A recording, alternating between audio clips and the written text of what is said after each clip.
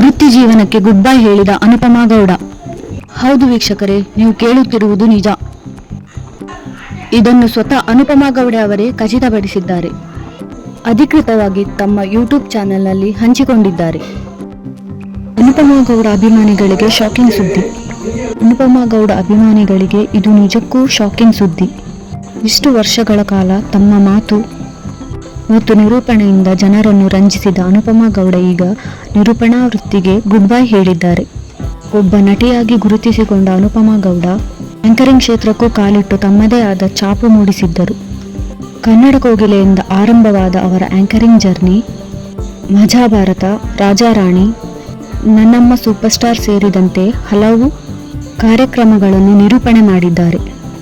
ಆದರೆ ಇವತ್ತು ನಿರೂಪಣಾ ವೃತ್ತಿ ಜೀವನಕ್ಕೆ ಅಧಿಕೃತವಾಗಿ ಗುಡ್ ಬೈ ಹೇಳಿದ್ದಾರೆ. ಈ ವಿಷಯವನ್ನು ಸ್ವತಃ ತಾವೇ ಅವರ ಯೂಟ್ಯೂಬ್ ಚಾನೆಲ್ನಲ್ಲಿ ಅಪ್ಲೋಡ್ ಮಾಡಿದ್ದಾರೆ.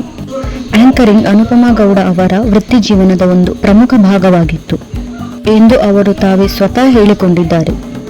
ಇದರಿಂದ ಉತ್ತಮ ಆದಾಯ ಬರುತ್ತಿತ್ತು ಎಂದು ಹೇಳಿಕೊಂಡಿದ್ದಾರೆ.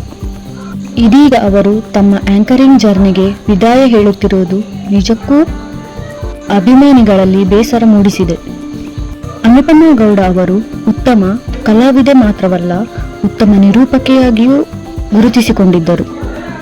ಅವರ ಮುಂದಿನ ಜೀವನವು ಸುಖಕರವಾಗಿರಲಿ ಎಂದು ಬಯಸೋಣ ವೀಕ್ಷಕರೇ. ಯಾರೆಲ್ಲ ಅನುಪಮಾ ಗೌಡ ಅವರ ನಿರೂಪಣೆಯನ್ನು ಮಿಸ್ ಮಾಡುತ್ತೀರಿ ಎಂದು ಕಮೆಂಟ್ ಮೂಲಕ ತಿಳಿಸಿ ವೀಕ್ಷಕರೇ. ಹಾಗೆ ಅವರ ನಿರೂಪಣೆಯಲ್ಲಿ ಮೂಡಿಬಂದ ಯಾವ ಶೋ ನಿಮಗೆ ತುಂಬ ಇಷ್ಟವೆಂದು ಕಮೆಂಟ್ ಮೂಲಕ ತಿಳಿಸಿ. ಇನ್ನಷ್ಟು ಇಂತಹ ಇಂಟ್ರೆಸ್ಟ್ ಸ್ಟೋರಿಗಳಿಗಾಗಿ ನಮ್ಮ ಯೂಟ್ಯೂಬ್ ಚಾನೆಲ್ ಅನ್ನು ಸಬ್ಸ್ಕ್ರೈಬ್ ಮಾಡಿ.